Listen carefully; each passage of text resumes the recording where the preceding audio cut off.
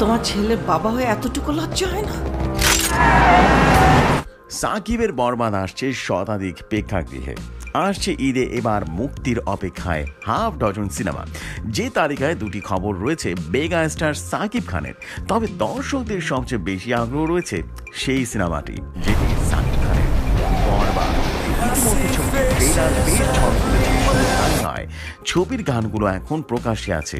এরপর থেকে ছবিটি দেখার প্রহর গুনছে দর্শকরা, তাই এতে তাদের এই প্রেক্ষাগৃহ একেবারেই প্রস্তুত। শোনা যাচ্ছে বরবাদের পর সেঞ্চুরি হাকিয়ের সিনেপ্লেক্সের দেশের বড় বড় সিঙ্গেল স্ক্রিন মিলিয়ে ইতিমধ্যে 100 হল নিশ্চিত করে ফেলেছে বরবাদ। সত্যই গণমাধ্যমকে এই তথ্য জানিয়েছেন ছবির প্রযোজক শাহরিন আক্তার সুমি।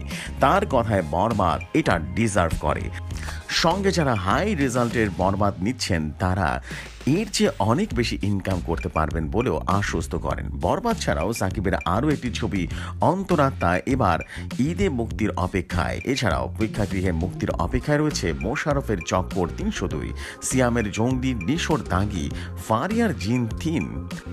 এমনই সব নিত্য নতুন নিউজ পেতে এবং বিনোদনমূলক নিউজ পেতে রেডিও শহর নিউজের সাথে থাকুন।